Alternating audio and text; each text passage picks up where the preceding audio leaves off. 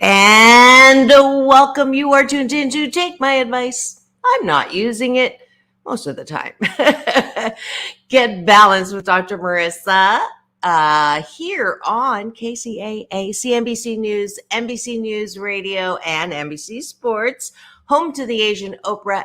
AM 1050, FM 106.5, and streaming everywhere iHeartRadio, Spotify, Stitcher, iTunes, TuneIn, Audible, Amazon Music, JioSaavn, Podchaser, Tiki Live, Rumble, and more. And I'm so delighted to be here again with you every weekday morning.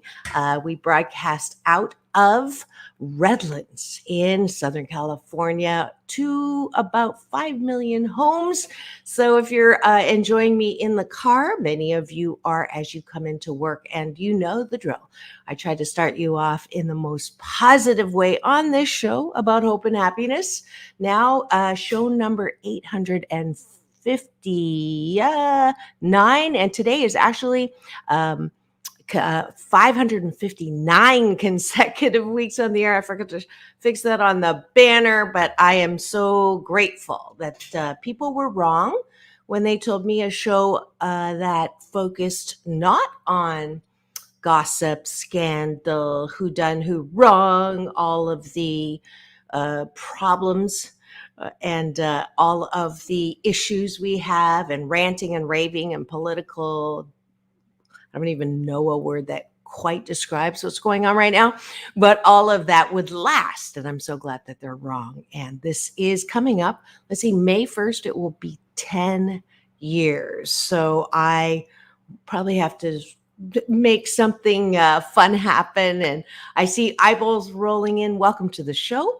Today is an actual coaching show where I try to up level your hope and happiness. If you have a question for me, if you have something that's bringing you down or not helping you be as happy as you could be, please put it down on the chat.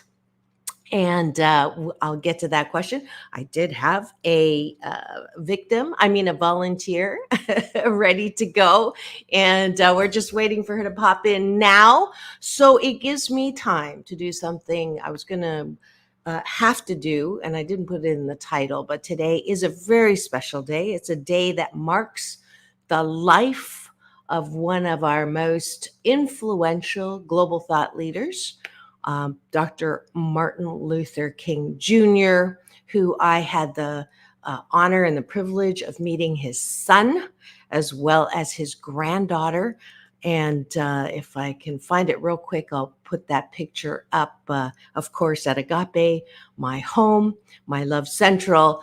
And it was wonderful meeting them and the work that they continue to do to carry on the legacy of his father and her grandfather.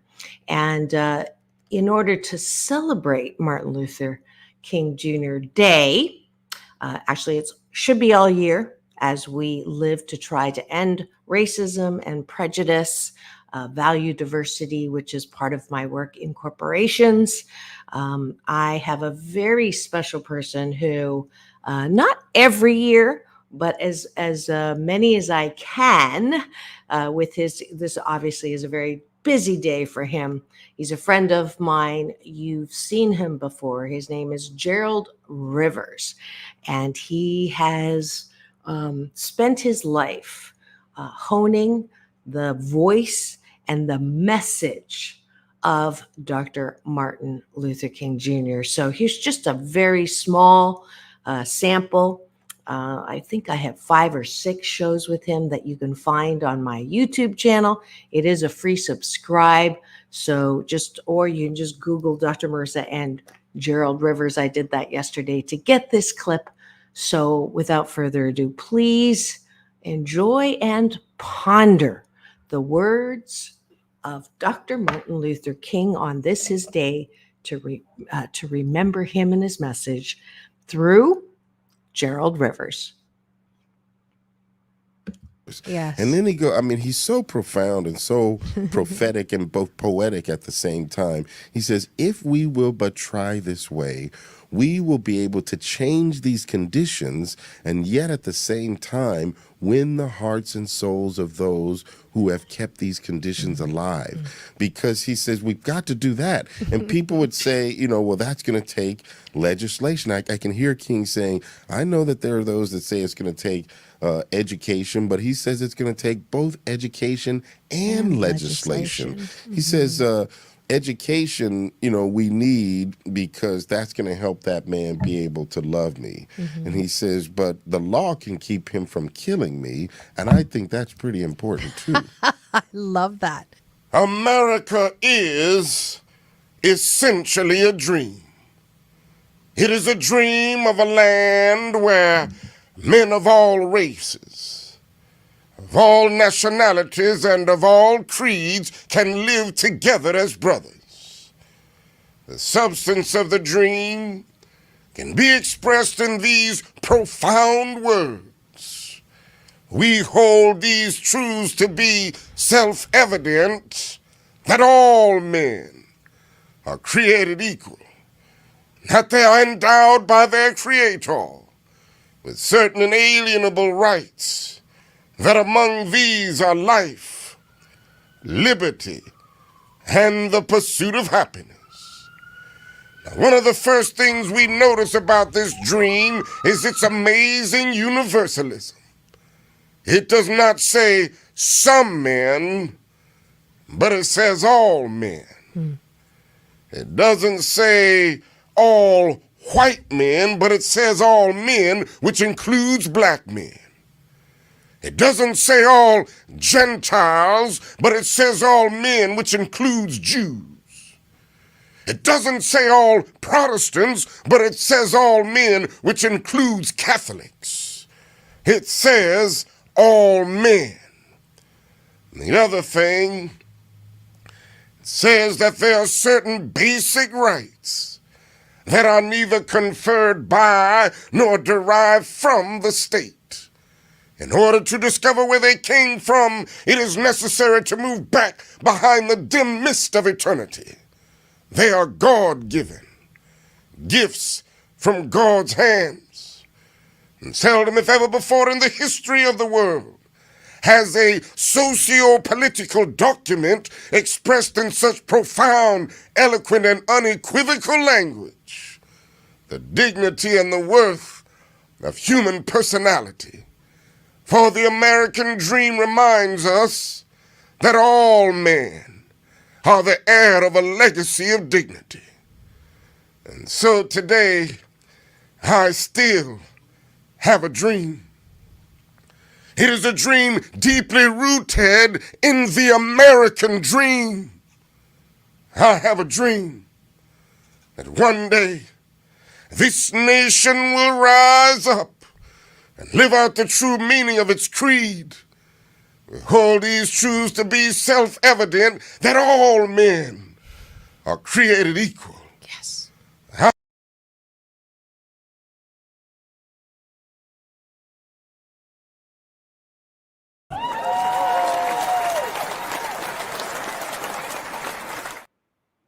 Wow. Every time I hear him speak and I close my eyes, it's as if I am there listening to Dr. Martin Luther King. Gerald Rivers, geraldrivers.com. You're going to have to go to his site, support him. He is an actor, voiceover actor, musician. He teaches drumming. He's got great nonprofit programs. I'm so lucky to have had him several times. And again, as I said before, you just need to go to my YouTube channel to see. And if you have any time today, or if you're driving in the car, you can just pick those up and listen to the words of Dr. Martin Luther King, who is truly one of, the global thought leaders who really have helped us understand as we move out of, hopefully, in the continued direction of valuing diversity and ending racism. So I am still waiting for my confirmed call in guest for more hope and happiness. I do see some people streamed in. If you'd like to play along with me right now, I can actually put the studio link in and we'll do the spontaneous to see if anyone is brave enough to come in.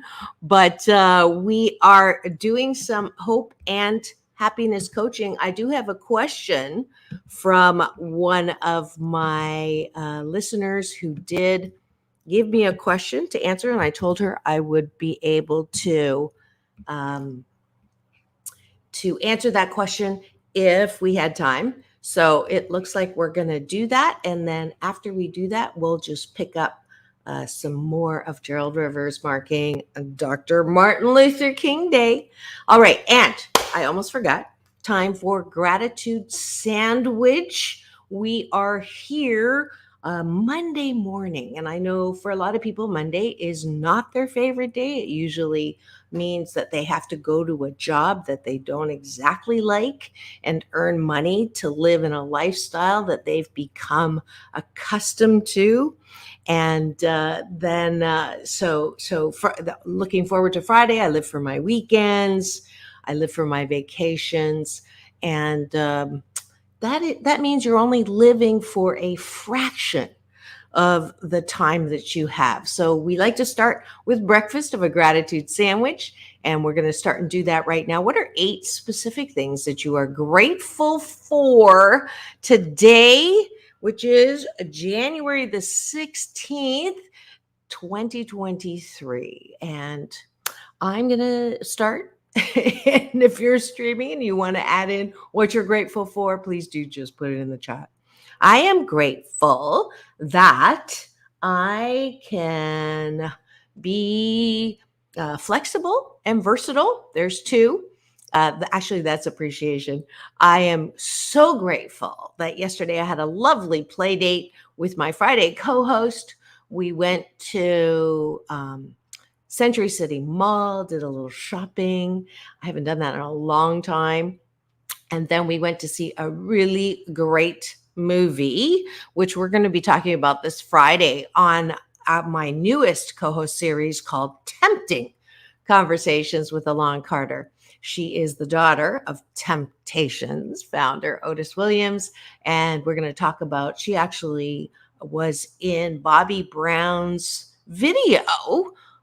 She's dancer on Soul Train, model of 20 years, and a bunch of other things that we haven't talked about. When she came on as Trace Austin's manager, my newest fave musical artist, who is the grandson of Otis Williams, she didn't mention the fact that she actually spent some time in Hugh Hefner's mansion. She's going to do a show specifically on that when we co-host, but I do want a chance to have a day just to talk about Alon Carter and all of her various experiences in this thing called life. And so that's Friday. And if you've just tuned in, this is the day where you can ask me any question that you have to up-level your happiness. And if you want to play along, I actually put the link in StreamYard. If you're not shy, you can cover your camera and use an anonymous name if you would like, but that's there for you today. Every time I say that, the eyeballs leave. Which, no, maybe I should just put the question in the chat, huh, Polly? Let's see. We're going on gratitude 4. I'm grateful that I have great co-hosts now. Thursday is Sam Works, Straight Talk with Sam. Last week, if you missed us, it was kind of funny, Polly. I meant to tell you this beforehand. I went to the studio live because I have a new client out in the IE, and I was on my phone in the other room, and he was in the op room, And there was like this squirrel sound because of the interference, I think, with the two phones or something like that. And it didn't dawn on us until 5 minutes before, or no, 10 minutes before the show was over, that because I was in studio, he could have actually been on my camera and sitting next to me and avoiding that sound. But better late than never. So if you missed that show, I got a little bit naughty, sat on his lap, but that was kind of funny. Anyways, so I think if the plan goes well, I'll be live in studio on Thursday again as I'm going out to the IE for that project. And I'm grateful that I got to see the Temptations in concert. If you're on my social media, Doc Balance at Instagram, Dr. Marissa everywhere else, you'll see the clips. I put them on TikTok as well, and people are enjoying the Temptations live, still going. 57 years, I want to say, possibly 67, but I know Otis Williams is an amazing 81 years young. He is still doing the moves that really stayed timeless, ageless Temptations. And I truly had such a blast that night. You'll see in my social. I'm dancing queen, dancing fool as usual. So that is another gratitude. My last gratitude today is for another day.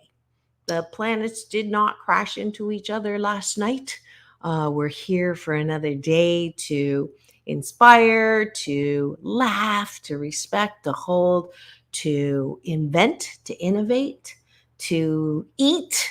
Oh man, I had some seriously good Chilean sea bass. That is another gratitude. Last night we went to Alon's favorite restaurant, Sea Butter. So if you're out in Beverly Hills, I think they open one in the Valley. It's an amazing sushi restaurant with, if you like Chilean sea bass, it's definitely one of the best. So then we go to the bottom of the bun. We just finished the top of the bun, gratitude. The bottom of the bun is appreciation. What do you like about yourself? And the reason why we do that, of course, is because we grow up thinking that we shouldn't toot our own horn, especially if you're a colorful woman.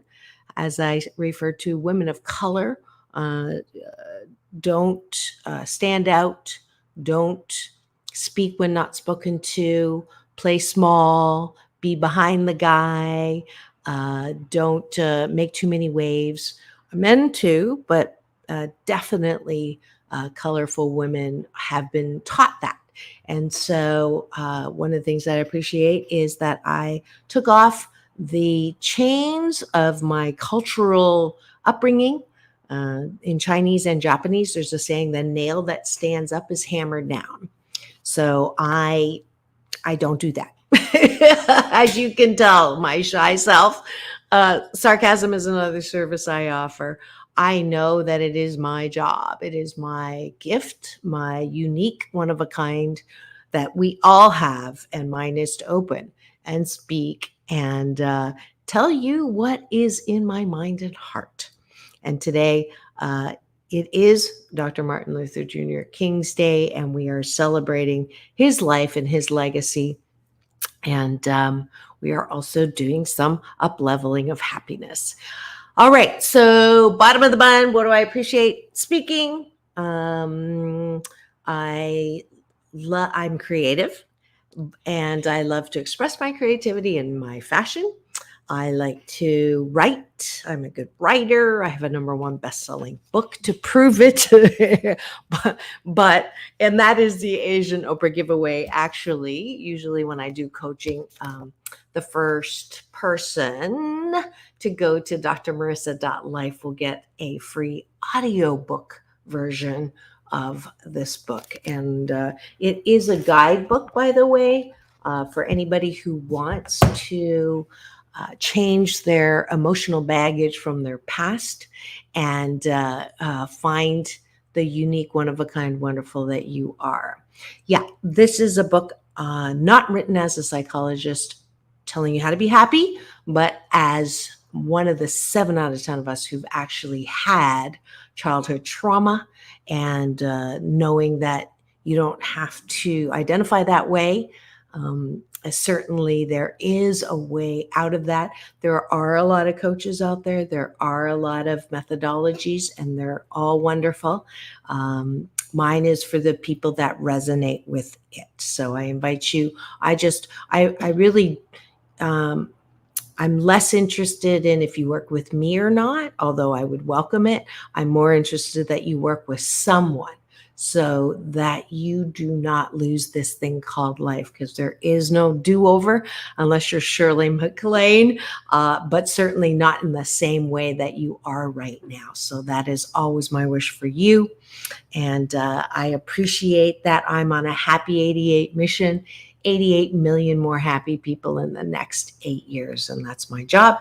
That's why I have this platform. And that's why I'm trying to get you to drink my rose-colored Kool-Aid. And that's it for the taking a bite of my gratitude sandwich, my morning exercise on this show almost every morning, and even with my guests. And if you would like to be a guest on this show about hope and happiness, or a sponsor like the Saban Theater, who are kind enough to give me ticket giveaways. The next one coming up is Herman and the Hermits? I always get that wrong. I am not as familiar with that group. I don't know if you are, but if you are interested in getting that ticket next week, I'll be giving those away, as well as Paul Anka tickets. So this is, if you want to be a sponsor and give something away, please do contact me at drmarissa.life. And that way you get a promo, or extremely, there we go, Herman's Hermits starring Peter Noon. So I'm sure somebody is a big fan of that and would love those tickets. So just tune in next week for that. All right. So I am going to go to the question that I got that I didn't know if I was going to have time for, but I do now. And let me just check too if there was trouble getting into the studio. I'm knowing that it's probably a time difference. But the question that I was given was, Dear Dr. Marissa, I am a stay-at-home mom, and I am really tired of all the work that I have to do. And I have a special needs child who I love, but it is a lot of work. I am also afraid that I am losing out on a career that I had that was extremely, let me get my glasses on. I'm ageless. Don't say anything. If you're tuning in, you are tuned in to take my advice. I'm not using it. We're doing a coaching question that someone wrote in for. She's a stay-at-home mom. She has a special needs child. She left a career that was going really well, and she wants to feel good, but every day is a struggle. So how can I be happier? So that is I'm not going to mention her name, but I know that she's not alone in what she's saying. And there were a lot of people. Let's see. I'm not sure if this is her, but I'm going to answer it just in case. Dr. Marissa. Okay. Nope. Paula, you still there? Okay, there we go. So here is some happiness tips, or happy 88 tips for any of you that are just feeling tired and exhausted because of your regular roles and responsibilities. And this is a question that I get asked a lot, because people say, well, it's easy for you to love your work. And I say all the time, I'll never retire, that I'm very fortunate for the work I get to do, because it is very fulfilling work. And I have a lot of different arms that I can do. And so I face not criticism, but people go, oh, it's easy for you to say and you don't get tired, and you're always, don't you get tired? And I remember asking the same question of my power panel, which is Dr. Michael Bernard Beckwith, my big brother, Neil Donald Walsh, and Bishop Carlton. And that was a great interview. If you missed that, just put Dr. Marissa in Power Panel. And it actually won the Cover, I believe it was 2017 Silver Award. So, but I asked that same question, people who do this, do that, do this, and end up in do. How do you not get exhausted? So that's the question. And when you are exhausted, how can you possibly be happy? So this is the question that I'm going to be answering. And if you have any other questions, please do feel free to put them in the chat. So let's talk about the things that you have to do. Roles and responsibilities. If you're a mom, if you're a teacher, if you're the sole breadwinner, if you are the stay-at-home mom, if you're doing both, working full-time and the mom, and doing all the laundry and the cooking and the cleaning and all of the things that come with raising your kids, and doing homework with them and cooking for them and taking them to school and volunteering in the classroom and being a friend and adding elder care, and your parents are sick and all of those things. And if you weren't exhausted before, you may be feeling that now. And that is the reality of life. And it's not all fun and games. And it's very easy to lose sight that,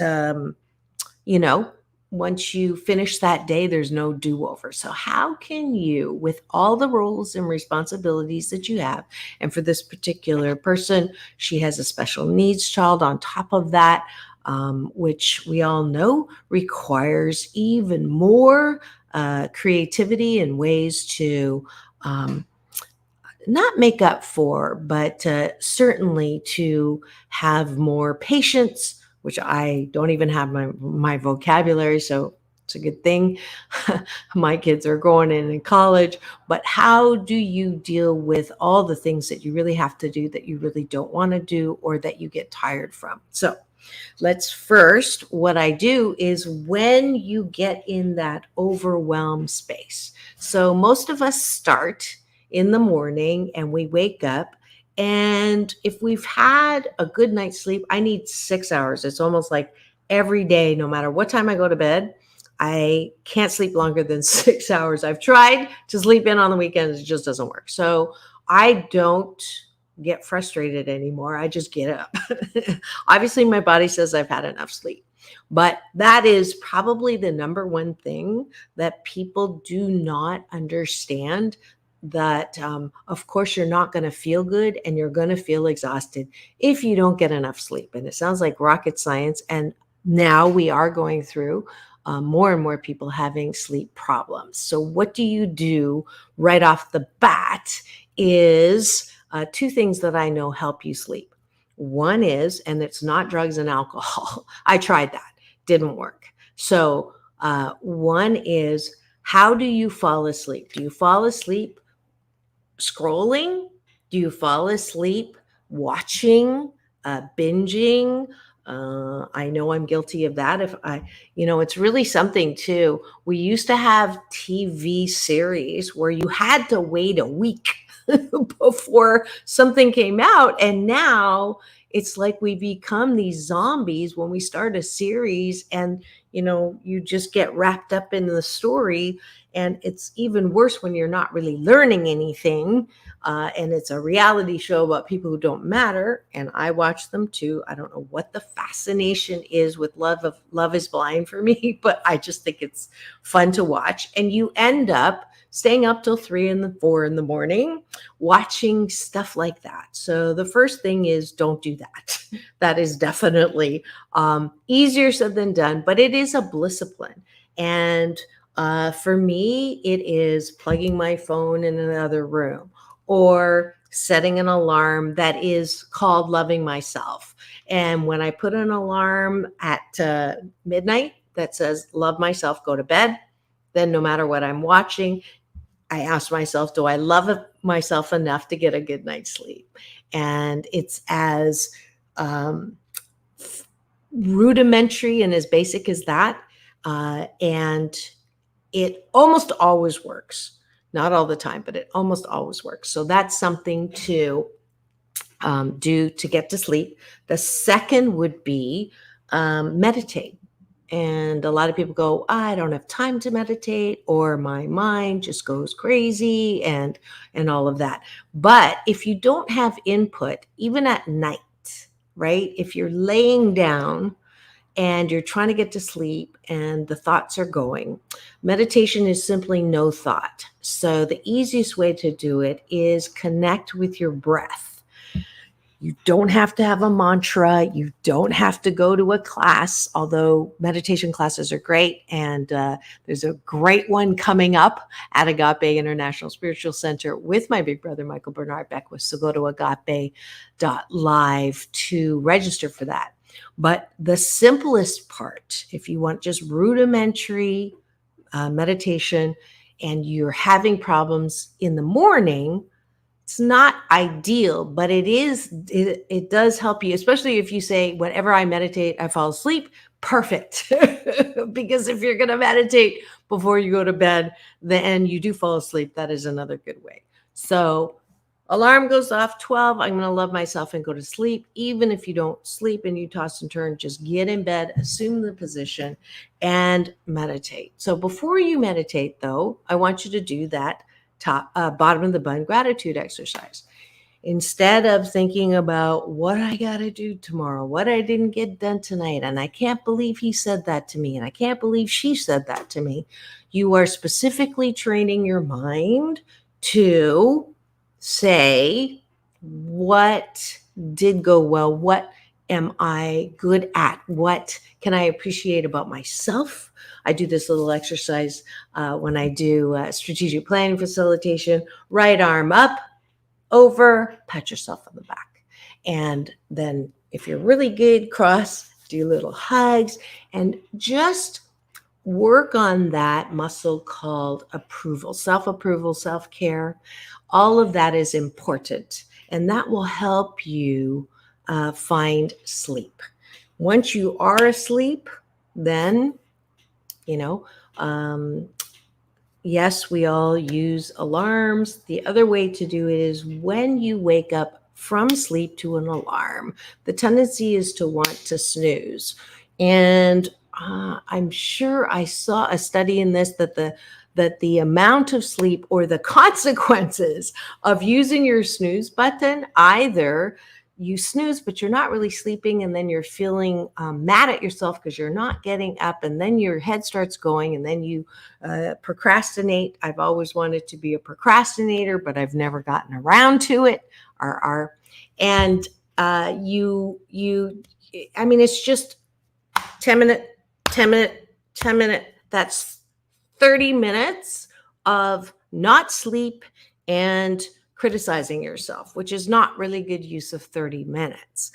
Or you fall back asleep and you're late, which is also not good for yourself. So that's another tip, is to get up out of bed and not go back to sleep. So there's the happy tip that is practical for anyone who feels exhausted in the morning or at night. If you're not getting what you need for sleep, those are some tips on how to go to sleep and how to wake up. Now, let's say you wake up extremely bright-eyed, bushy-tails. You're ready for your day. You're going to do well. You're going to take care of things. You're going to, do all the things that you have to do. So here is, when people come to me exhausted, I have to help my kids with this, or I have to do the laundry. I have to, and all of these things. One of the self-exhaustion, like you have to do things that take your energy, but the way in which you look at what you have to do also adds either a heaviness or a lightness. Stay with me. So if I say I have to do my taxes, this is, I don't like doing my taxes at all. It's a once a year thing. I don't like cleaning.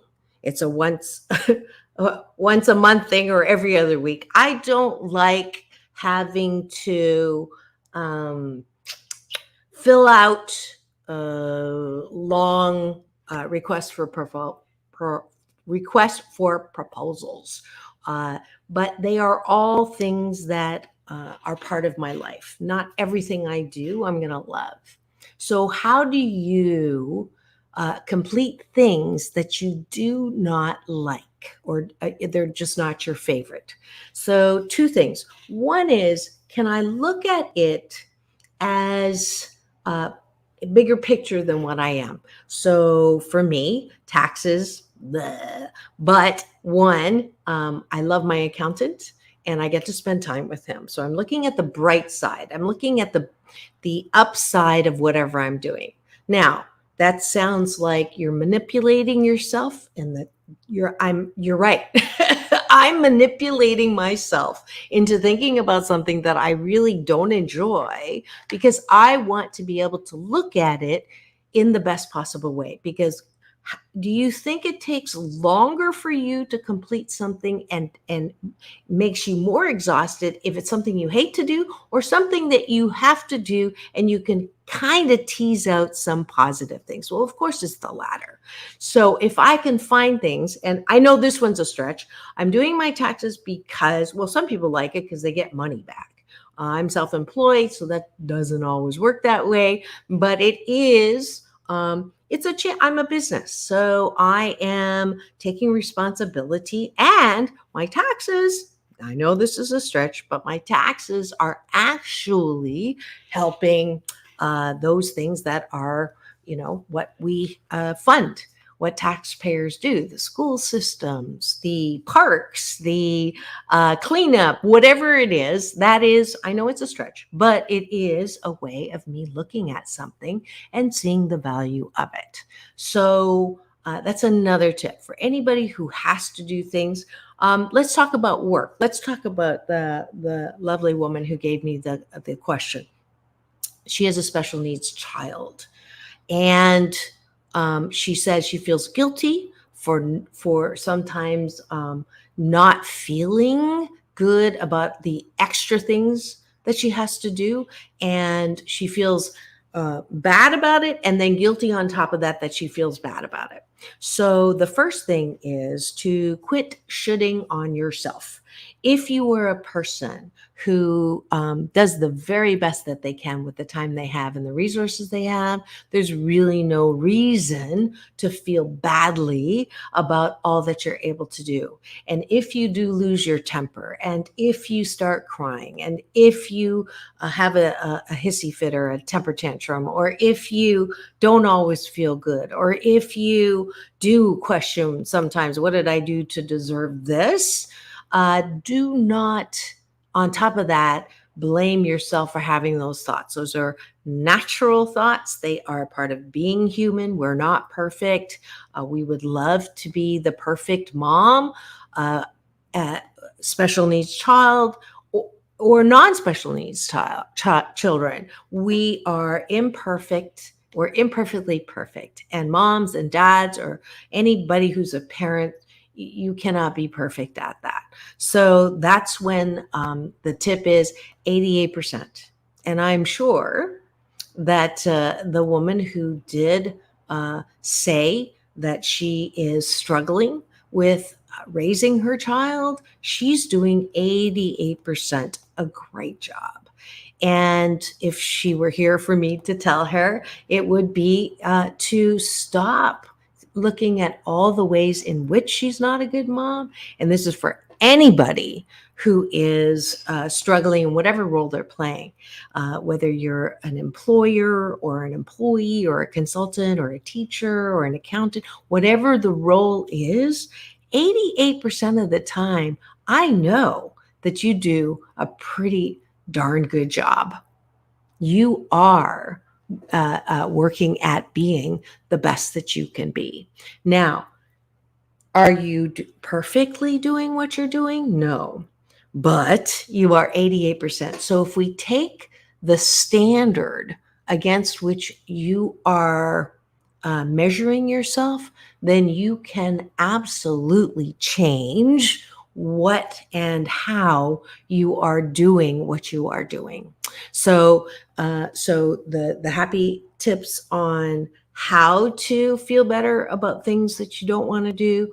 One is recognize that you are doing the best that you can. Use 88% as the thing, and look at the upside of whatever it is. And the bonus tip is I actually use a reinforcement reward system on myself, and you can do this as well.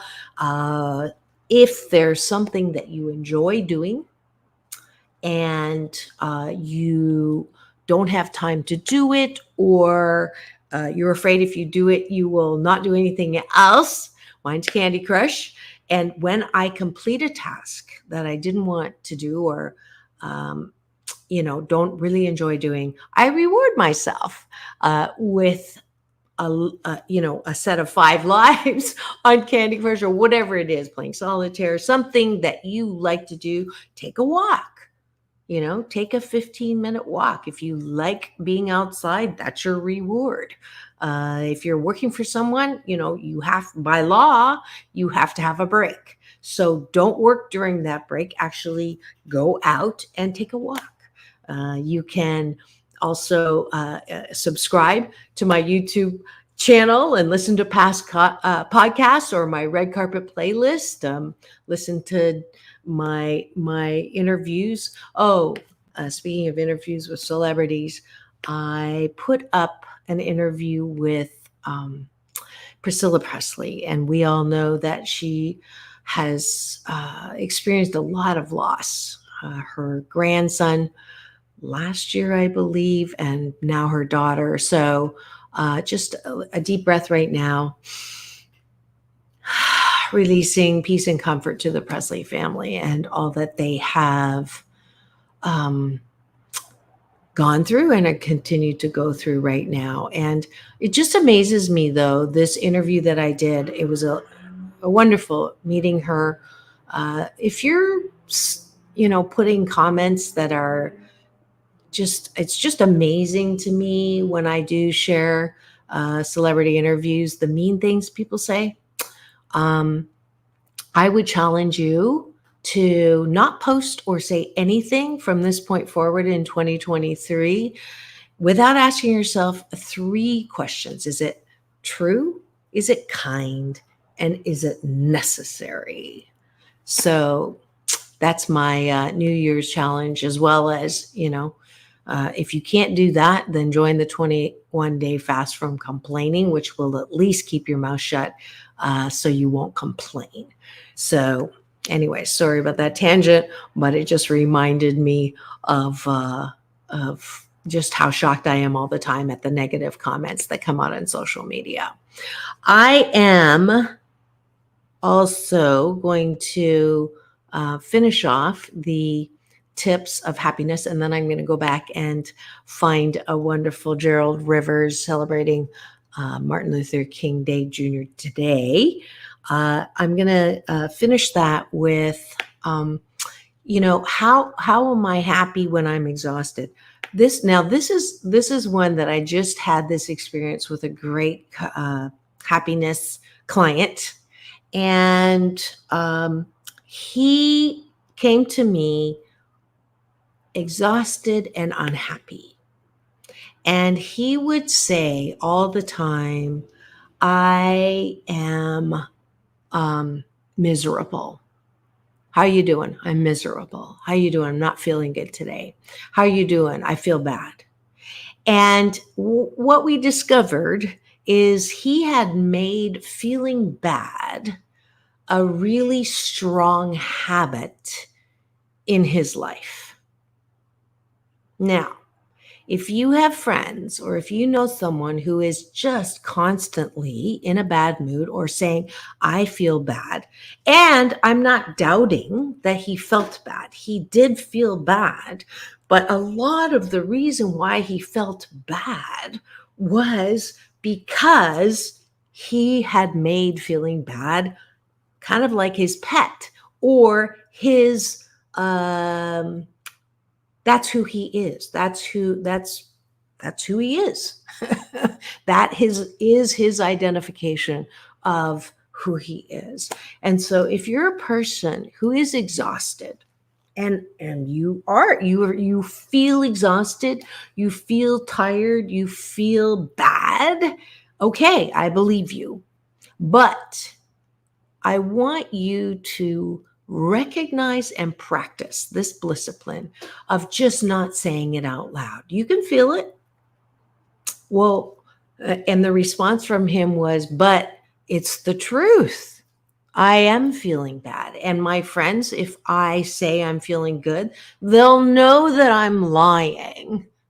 And here's the thing, you have also co opted your friends into keeping alive your feeling bad.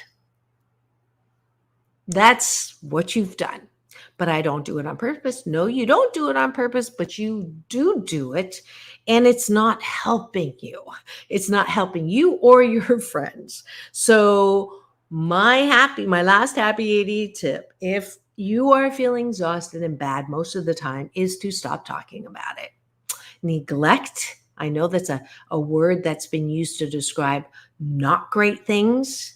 You don't want to be neglectful, but in my book, literally, neglect is actually a pretty good strategy. So you do not keep things that you do not want in your life alive. And this is directly from another one of my favorite teachers, Esther. Esther Hicks is Abraham teacher, and it is true. Whatever you focus on, you keep alive. So if you want to keep alive that you're feeling badly, just keep talking about it. So when people ask you how you are feeling, you don't say fine, because fine, I'm fine, I'm fine, I'm fine. You're really not fine. And fine stands for effed up, irrational, neurotic, and emotional. So you don't want to say that. But you can say, I will be feeling better soon. It's an intention setting, even if you don't believe it, because it begins to change the direction of your habit. Because the truth is, when you say, I feel bad over and over and over again, I feel horrible, I feel exhausted, I feel overwhelmed, then guess what?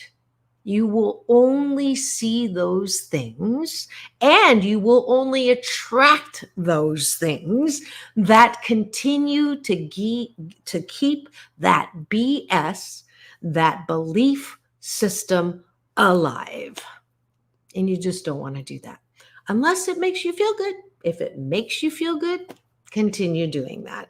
If it doesn't make you feel good, stop doing it. And if you can't stop on a dime, it's very difficult to feel exhausted, overwhelmed, and bad and go straight to, I feel good. Then it's like George Costanza, his dad in Seinfeld, serenity now. You can't fake that. So it's just from going to saying it to just not saying it. You don't have to say, I feel great and lie. Just say, I will be feeling better soon. Okay, try that. See what happens, because I know this works. It worked for me. I spent decades feeling like crap and blaming everybody for why I felt like crap. So on the outside, during the day, I was fine. At night, I was not happy. So this all comes from a tried and true methodology that I used on myself. All right. And that is it for the coaching, hope and happiness coaching portion. For anybody that wants this is self-help on steroids, a copy of this #1 bestseller you can get at Walmart. You can get it at Target now. They're selling it there. Thank you. for all the distributors. I'm grateful since it became #1 on Amazon and it's a national bestseller, #4 on Denver Post. I'm giving the first person that goes to drmarissa.life a audiobook portion of it. All right, here we go. I am now going to try to do this very quickly to wrap up Dr. Martin Luther King Jr. Day today, celebrating what he has done for us and just how Gerald Rivers also helps make him come alive. And let's see, I'm just going to pull up the first one I see. Cancel. Nope, that's not going to work. Here we go. Let's do this. Marissa and Gerald Rivers.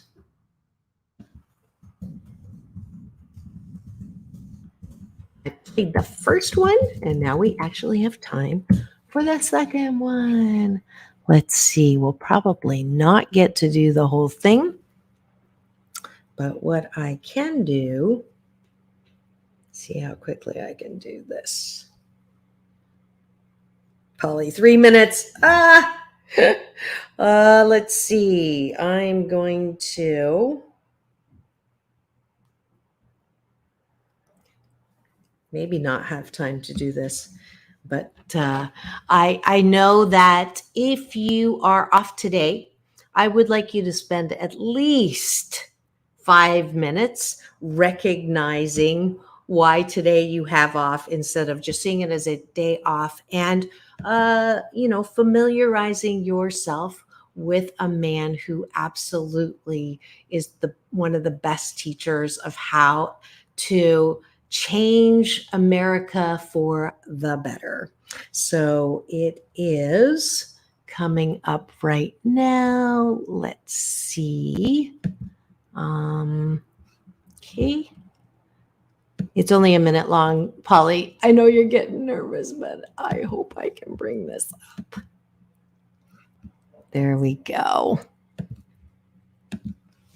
This will be the day when all of God's children will be able to sing with new meaning, "My country, 'tis of thee." Mm-hmm.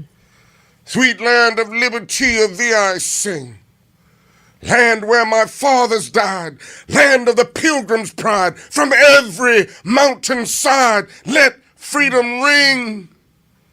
And if America's to become a great nation, this must become true. And so, let freedom ring from the prodigious hilltops of New Hampshire. Let freedom ring from the mighty mountains of New York. Let freedom ring from the heightening Alleghenies of Pennsylvania. Let freedom ring from the snow-capped Rockies of Colorado. Let freedom ring from the curvaceous slopes of California. But not only that, let freedom ring from Stone Mountain of Georgia. Let freedom ring from Lookout Mountain of Tennessee. Let freedom ring from every hill and molehill of Mississippi, from every mountainside. Let freedom ring. And when this happens, when we allow freedom to ring from every state and every city, from every village and every hamlet, we will be able to speed up that day when all of God's children, black men and white men, Jews and Gentiles, Protestants and Catholics, will be able to join hands and sing in the words of that old Negro spiritual. Free at last, free at last. Thank God Almighty, we are free at last. Thank you so much for enjoying Gerald Rivers speaking the words of Dr. Martin Luther King Jr. Day. Please have a great day valuing diversity and remembering his message. Let freedom ring. This is Dr. Marissa reminding you it's all about balance. Peace in, peace out, world peace through, inner peace. We'll see you tomorrow with my co-host on Love, Loss, and Living, Yorona Boster. Keep it here. Now go and have the best day ever.